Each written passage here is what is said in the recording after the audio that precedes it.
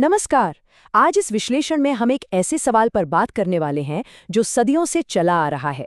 नियति बनाम बुद्धि, यानी किस्मत और इंसानी दिमाग का टकराव। क्या सच में इंसानी इंटेलेक्ट पहले से तय किस्मत को हरा सकता है? आज हम बिल्कुल माइक्रो लेवल की जेनेटिक से लेकर दुनिया के बड़े सामाजिक ढांचों तक इस पूरे कंसेप्ट को गहराई से समझेंगे। तो चलिए सीधे शुरू करते हैं। और शुरुआत करने के लिए ये लाइन देखिए, एक इंसान का खेल दूसरे की नियति हो सकती है। सोचिए इस बारे में। ये एक छोटी सी लाइन हमें बताती है कि इस दुनिया में पावर डायनामिक्स कैसे काम करते हैं। जिसे हम अपनी अटल किस्मत मान बैठते हैं ना, हो सकता है वो किसी और के हाथ की बस एक कठपुतली हो। ये सच में सोचने पर मजबूर कर देता है। तो इस पूरे टॉपिक को हम 5 हिस्सों में समझने वाले हैं। पहला, प्राचीन विवाद की नई परिभाषा। दूसरा, जेनेटिक्स और चॉइसलेस अवेयरनेस। तीसरा, कृत्रिम या आर्टिफिशियल नियति। चौथा, बायोलॉजी बनाम दर्शन की बहस। और आखिर में संपूर्ण मानवता का सामूहिक प्रयास। चलिए आते हैं हमारे पहले पॉइंट पर, प्राचीन विवाद। ये एक ऐसी बहस है जो पुराने जमाने के राज दरबारों से लेकर आज के आधुनिक लोकतंत्र तक दार्शनिकों और आम लोगों के बीच लगातार चलती आई है। सबसे पहले तो ये क्लियर करते हैं कि आखिर ये फेट या नियति है क्या। देखिए, इसे कई बार एक कॉस्मिक लॉ, कर्मा या पहले से लिखी हुई स्क्रिप्ट की तरह देखा जाता है। लेकिन सच्चाई क्या है? कई बार ये बस हमारा एक साइकोलॉजिकल कोपिंग मैकेनिज्म होता है। जब चीजें हमारे कंट्रोल से बिल्कुल बाहर हो जाती हैं, तब हमारा दिमाग खुद को शांत करने के लिए उसे किस्मत का लिखा मान लेता है। अब आते हैं दूसरे पॉइंट पर, जेनेटिक्स बनाम जागरूकता। यहाँ हम ये देखेंगे कि हमारी जैविक शुरुआत यानी बायोलॉजी और हमारी मनोवैज्ञानिक चेतना का आपस में क्या डायरेक्ट कनेक्शन है। अगर हम इन तयशुदा रास्तों को बदलना चाहें तो स्रोत के हिसाब से उसके 3 मेन स्टेप्स हैं। पहला, जो सिस्टम बना हुआ है उसके खिलाफ आवाज उठाना, विद्रोह करना। दूसरा, नए और ऑल्टरनेटिव सॉल्यूशंस निकालना। और तीसरा, और शायद सबसे इंपॉर्टेंट, चॉइसलेस अवेयरनेस विकसित करना। अब आप सोच रहे होंगे, ये चॉइसलेस अवेयरनेस आखिर है क्या? जे कृष्णमूर्ति और प्राचीन सिद्धों ने इस पर बहुत जोर दिया है। ये कोई आंख बंद करके बैठने वाला नॉर्मल ध्यान नहीं है। ये एक ऐसी कॉग्निटिव प्रैक्टिस है जिसमें आप आसपास के दबाव या डर पर कोई लेबल नहीं लगाते, बस चीजों को वैसा ही ऑब्जर्व करते हैं जैसी वो हैं, बिना किसी पक्षपात के। जब हम बिना घबराए परिस्थितियों को क्लियरली देखते हैं, तब बाहरी ताकतें हम पर हावी नहीं हो पाती। और मजे की बात देखिए, यही जागरूकता विज्ञान की एक बहुत बड़ी उलझन से डायरेक्ट जुड़ती है। एक तरफ है हमारी पार्टिकल फिजिक्स, माइक्रो लेवल पर, जहां सब कुछ अनिश्चित है, रैंडम है, जो फ्री विल या आज़ाद इच्छा का इशारा देता है। और दूसरी तरफ है मैक्रो कॉस्मिक लॉज, यानी पूरे ब्रह्मांड के नियम, जो बिल्कुल तय और प्रिडिक्टेबल है।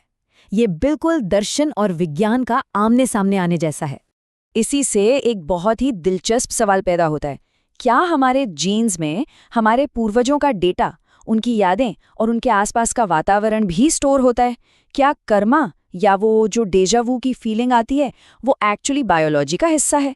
ये सोचना ही अपने आप में हैरत अंगेज है कि जिसे हम किस्मत मानते हैं, वो किसी आसमानी किताब में नहीं, बल्कि हमारे अंदर डीएनए की गहराइयों में कोड की गई हो। चलिए अब थोड़ा और आगे बढ़ते हैं तीसरे पॉइंट पर, सिस्टम्स क्रिएटिंग आर्टिफिशियल फेट। यहाँ से चर्चा थोड़ी और सीरियस हो जाती है, क्योंकि यहाँ हम सामाजिक लेवल की बात कर रहे हैं। देखिए, आज हम जिन चीज़ों को न बदलने वाली नियति मान लेते हैं, दरअसल वो आधुनिक पॉलिसीज और सिस्टम्स की बनाई हुई आर्टिफिशियल फेट हैं। सोचिए, न्यूक्लियर हथियारों का कंटिन्यूअसली मंडराता डर, ऐसे आर्थिक प्रतिबंध या सैंक्शंस जिनकी वजह से मासूम लोग भूखमरी झेलते हैं, अंधे धार्मिक रीति रिवाज या फिर सर्वाइवल ऑफ द फिटेस्ट पर चलने वाली रूथलेसली कॉम्पिटिटिव इकोनॉमी।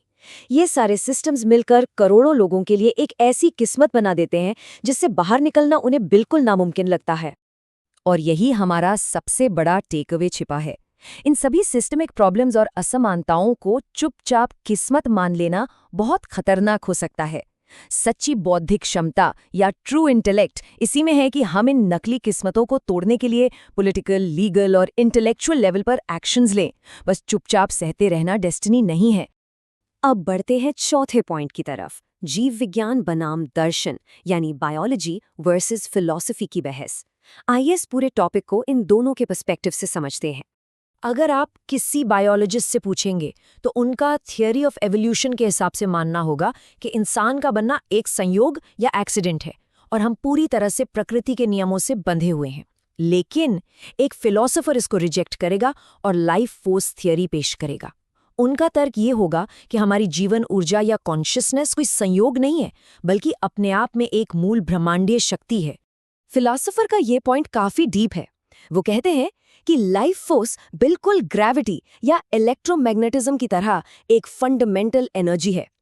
अगर ऐसा है तो इसका सीधा सा मतलब है कि इंसानी चेतना में आंतरिक शक्ति मौजूद है और हम इस ब्रह्मांड में सिर्फ दर्शक या कठपुतली नहीं हैं, बल्कि हम इसके नियम समझकर उन्हें शेप करने वाले सह निर्माता या को क्रिएटर्स हैं। लेकिन ध्यान दीजिए, यहाँ एक रेड फ्लैग भी है। एक बहुत वैलिड सवाल उठता है, क्या जेनेटिक्स के इन फंडामेंटल नियमों के साथ खिलवाड़ करना इंसानी दिमाग का अहंकार नहीं है? सिर्फ प्रॉफिट कमाने के लिए क्लोनिंग करना या जीन से छेड़छाड़ करना हमें और हमारे एनवायरनमेंट को तबाही की तरफ भी ले जा सकता है। इंटेलेक्ट का सही इस्तेमाल अहंकार में नहीं, जिम्मेदारी से काम लेने में है। तो इस पूरे डिस्कशन का अंतिम निष्कर्ष क्या है? ये है हमारा 5वां पॉइंट, संपूर्ण मानवता का सामूहिक प्रयास यानी कलेक्टिव एक्शन। सोर्स मटेरियल एकदम क्लियर है कि अब हम टुकड़ों में सोल्यूशन नहीं निकाल सकते। एक अकेले इंसान की आइसोलेटेड कोशिश, सिर्फ एक अकेले देश की पॉलिसी, कोई खास आर्थिक थ्योरी या किसी एक रिलीजन की बाउंड्री के अंदर के सोल्यूशन से ये कॉस्मिक और सिस्टमिक लेवल की प्रॉब्लम्स ठीक नहीं होने वाली। ऐसी विशाल समस्याओं के आगे इन अधूरे समाधानों को अब हमें पीछे छोड़ना ही होगा। तो आखिर में रास्ता बचा क्या? रास्ता ये है कि टोटल ह्यूमैनिटी यानी पूरी मानवता को एक साथ आना पड़ेगा और इस ब्रह्मांड के साथ मिलकर काम करना होगा। जब ग्लोबल चैलेंजेस को सॉल्व करने के लिए पूरी मानव जाति एक साथ अपने बौद्धिक संसाधनों और तकनीक को साझा करेगी, केवल और केवल तभी हम इस सो कॉल्ड नियति पर विजय पा सकते हैं। और यहीं हम इस विश्लेषण के आखिरी लेकिन सबसे पावरफुल विचार पर पहुंचते हैं। जब संपूर्ण मानवता समस्याओं को सर्वोच्च स्तर पर देखती है, तभी बुद्धि अंततः नियति को हरा सकती है। किस्मत कोई ऐसी अजेय शक्ति नहीं है जिसके आगे हमें बस घुटने टेकने पड़े। ये बस एक कॉम्प्लेक्स सिस्टम है जिसे एकजुट होकर और अपने इंटेलेक्ट का सही इस्तेमाल करके हम बिल्कुल बदल सकते हैं। तो आखिर में सोचिए जरा, क्या हम सच में अपनी तय किस्मत को बदलने के लिए एक साथ आने को तैयार हैं? इस चर्चा में हमारे साथ जुड़े रहने के लिए आप सभी का बहुत बहुत शुक्रिया।